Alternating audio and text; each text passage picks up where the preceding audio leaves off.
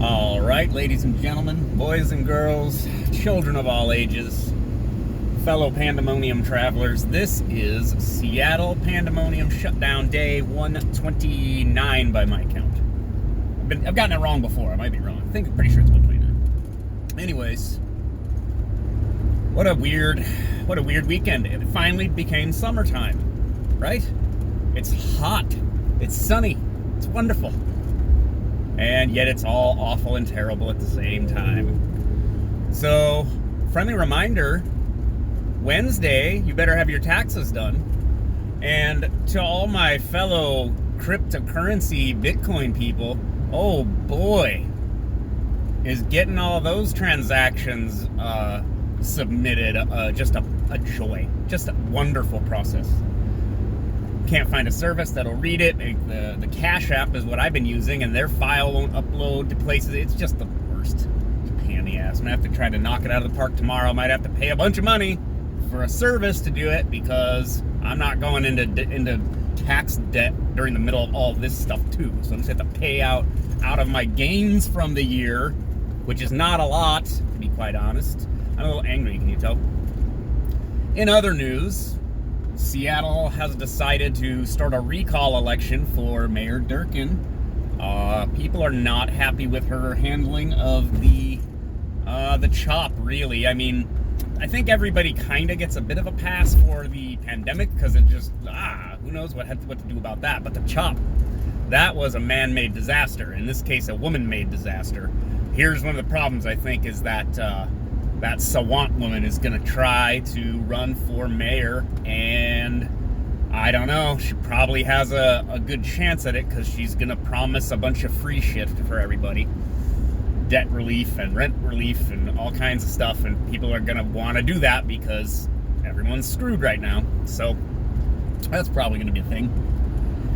And in other news, This is a continuing trend here on the Kyle Style driving vidcast, whatever the heck this thing is. Uh-oh.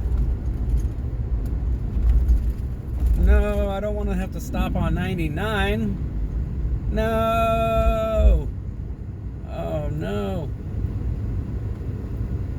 Well, life is returning to normal. Over the weekend, I did see prostitutes back on Aurora Avenue, just right in the middle of the day, just standing out there proud as you like. So life is returning to normal in some sense. They're back.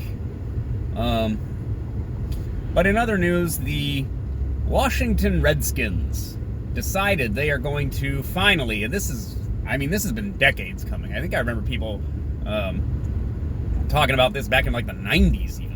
That the Redskins name is as a sort of a pejorative in terms of connotation for our Native American indigenous peoples population. So they are going to change the name. And this is one of those issues I was talking about, like with the statues, okay? You could claim the Minnesota Vikings is offensive because it's like scary, like because Vikings were like scary invaders, and so, you know, it's offensive or something to, I don't know, to Scandinavian people or something. If you changed it, let's say you make that argument, and the argument is then that is harming these people by having this negative connotation be so prominently displayed, right? So in the case of the Redskins, right, you're going to remove the name that is derogatory, defaming. Harmful is the idea, right? It's harmful to indigenous peoples to casually have that be something as, I don't want to say frivolous, but as what do you call it?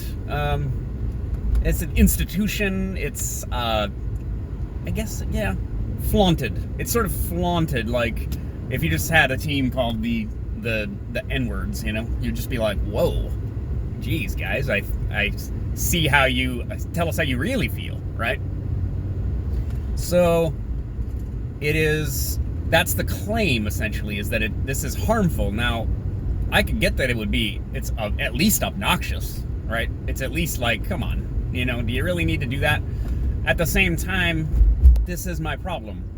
Connecting the name of the football team, which people claim they don't think of as a pejorative, or they don't claim that it is, that they don't have a harmful connotation in their mind with that word, with Redskins, right? And people feel confident just saying it. We don't say the R word, right? So that kind of tells you something anyway about what is, about the actual nature of everyone's relationship to the name Redskins, right? So,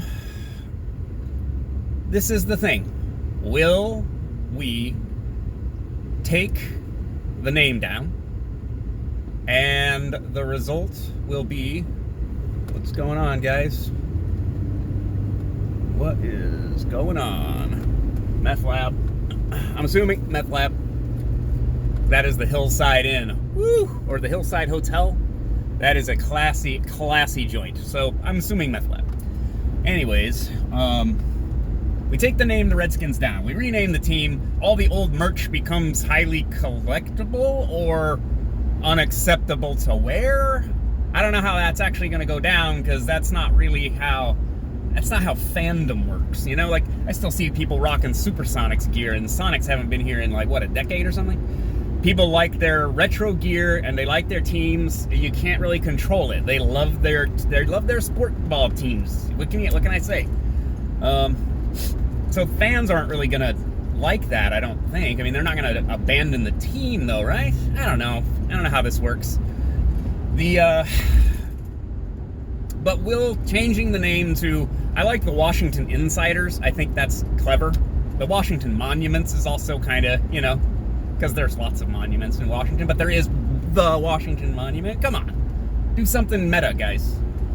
They're going to someone said something about, there was a local team called the Warriors or something, and so they could just switch to the Warriors. It's still kind of Indian, kind of a maybe negative connotation. I don't know. Maybe it's better. Who knows?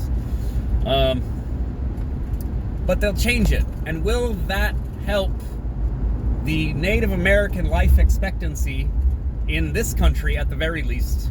Which, if I remember a Russell Means video from a few years ago, Native Americans on reservations have, nice one, you turn on a red. Well done, sir. Well done. They have the lowest life expectancy out of any demographic in the Western Hemisphere, or something to that effect. And that means, higher infant mortality. It also means lower life expectancy due to things like alcohol abuse and poverty, etc., crime and everything else. A lot of Native American women disappearing, apparently.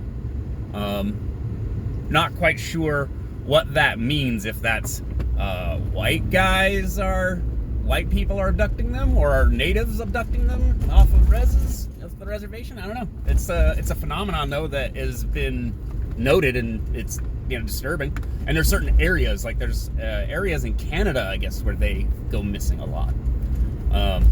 But again, see, this is the thing. I'm thinking in terms of the well-being of Native American communities, and like I said, I guess I can get there with the name being offensive, and that leading to a general negative or dismissive view of Native Americans, like the Cleveland Indian. Now, that's definitely a little more of a problem in my opinion. That is definitely a caricature of an Indian. I don't know if people have a negative, connotation with it. Obviously, like, fans probably don't, but does that lead people to this? See, this is the problem with all these symbol things, the symbolic stuff. I don't know if changing these, rearranging the deck chairs on the Titanic is going to help indigenous people in their actual lives. Now, this bizarre thing that they ruled on, where they gave half of Oklahoma back to the natives, I don't know what to tell you. I don't think anybody knows how that actually is going to work, right? But that's exactly the kind of thing we're talking about here. Will that help them? I assume that if they regain some autonomy over that territory and, you know, manage it, they become the ruling class of this state or at least area of the state, and then they have more access to the tax base and resources to take care of themselves and help their communities grow. I mean, maybe they can. Maybe it will benefit them, you know? And in a direct, visceral way, I'm sorry, I know everyone's worked up about the team names and Columbus statues and everything, but I'm just saying, if I were a Native American, I don't think I would be concerned about sport ball team names unless they were something like, I don't know, it was the Seattle Squaws or something. That might be a little, if it was a women's basketball team and it was the Seattle Squaws and it was just like right there. I don't know. I would not be focused on that particularly. I'd be focused on our, you know, the GDP of the reservation, focused on reparations in the form of land, maybe, mineral rights to all the land that they were denied through our not recognizing our treaties and things. Because I don't hear a lot of good things about, like, the Bureau of Indian Affairs. Like, Russell Means and others were very critical of them and their policies, and policies being harmful in the form of like welfare, but welfare that was like conditional. Like, if you don't work, you don't get it. So a lot of people just don't work and they get free money. It was something like that. And that's really corrosive to a community to have that incentive there. And I'm not saying they shouldn't get some kind of direct stimulus, of course. Like, sure, if we can, you know, figure out how to do it in a responsible way. But again, what will actually help them? And in some sense, things that I've heard from Native Americans is, we don't really want your help. We want you to stop messing with us. It's a lot like the Malcolm X kind of thing. Like, what can I do to help? Nothing. We don't want your help. We want you're helping us to death. We want you to just leave us be. Is that possible? Is that, because I believe the Hopi kind of live like that. They kind of have an F-off policy where you're not even allowed to, like, go in there. And they don't do electricity, really. They don't do running water. They live kind of the way they used to. Are they making it better than other tribes? Or, you know, is the poverty rate the same? Like, it's the problem, right? I feel like everyone knows about the Redskins and how it's offensive and we should take it down, and then we will, and then everyone will feel great about themselves, and then they'll forget about the Native Americans living on reservations in poverty with lower life expectancies. And they will probably continue to have population decline. I'm pretty sure they've had a declining population for, you know, this whole time. Their population just keeps getting smaller and smaller, and one day they will simply be gone. And I want people to let that sink in. The Redskins team name will be gone, and then they will be gone too. Because they'll all have died off and been bred out, and that's what happens when you don't have a healthy, functioning subculture within the larger culture. All right? Something to think about. That the Native Americans can go away permanently if we don't do, again, something that helps them more than taking down the name of an NFL team. That's just what I think. So that's enough for me for one day. It's Monday. Oh my goodness. I'll talk to you guys later. Bye.